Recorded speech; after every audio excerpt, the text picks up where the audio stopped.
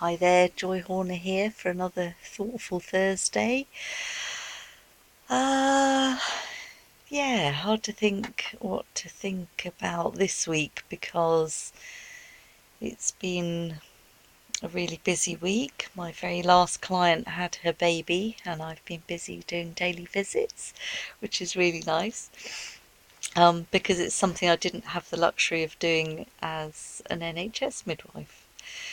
I do like to provide daily visits for a week, and then in the second week we visit every other day, and in the third week every 3 days, and in the fourth week, yeah, we just get one visit, and then hopefully my clients have been weaned off needing to see me and, yeah, found their own confidence in their own abilities looking after their baby.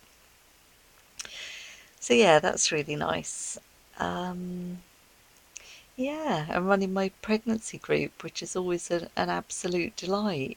And we had 4 mums today, which was brilliant. Um, Two of them are expecting baby. No, three of them are expecting babies, and two had had babies before. Um, One brought her new baby back to see us, so she's not pregnant. And it was just absolutely beautiful to forget my lesson plan and all the things that I imagined we were going to do during the class and let the mums who'd had babies talk to the two who were expecting their first baby. And what this does, I think, is demystify a lot of the myths that women hear about births. And before the two women that had had babies arrived, the two expecting babies were just talking about birth stories they'd heard, and yeah, how sometimes those stories are a bit difficult. Um,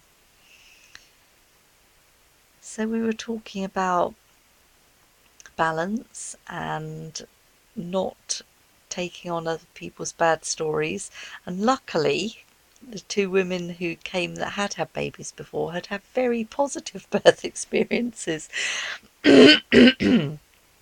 which is absolutely marvellous. One of them's expecting her fourth baby, and one's just had her first baby and brought the baby to see us. But to hear them both speak so positively about their birth was absolutely fantastic, and I think just what the first timers needed. Here are very ordinary women in our community that have had two totally different birth experiences, but both have come out mentally intact and proud of what they've done in their birthing. Um, One has had normal births. One ended up in hospital where the plan didn't quite follow the plan that she had in mind. But still, she's very, very positive about what she did during the birth and how she birthed her baby. And what a great way to start motherhood, from an empowered point of view rather than a disempowered point of view. How great to be able to say, I trusted my instinct and my intuition and I was right. Because doesn't that set you on the road to parenting? The same skills are needed in parenting. You need to use your intuition and your discernment over what's right for your baby and what's not, even if it's your first baby. You've got to make these decisions on a daily, hourly, minute by minute basis on what's the right thing to do and whose advice you should take and whose you shouldn't take. So yeah, really, really good when women come out of birth proud of their achievements, no matter what type of birth they'd had. And as I tell my pregnancy group, the thing that we're aiming for when we're preparing for birth is a healthy mum and a healthy baby.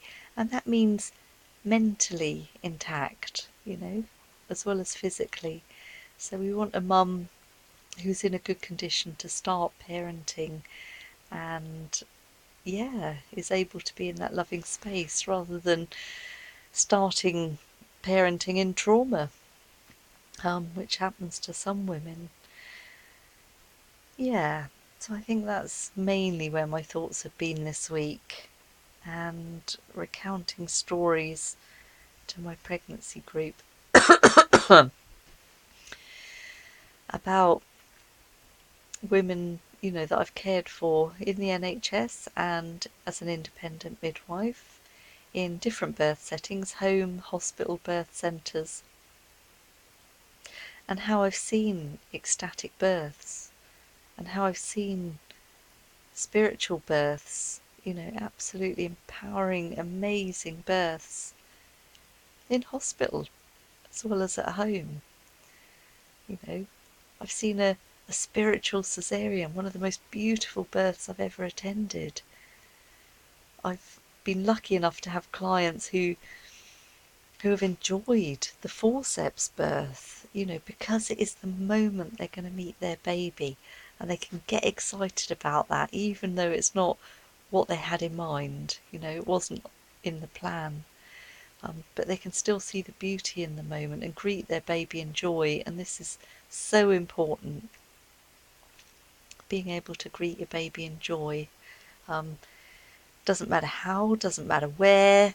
If your plans for home birth go awry and you end up in the hospital, or your plans for the hospital go awry and you end up having your baby on your front doorstep because baby arrives so quickly, doesn't matter, does it? You want to greet your baby in joy. You've waited normally 9, sometimes 10 months, to greet this baby.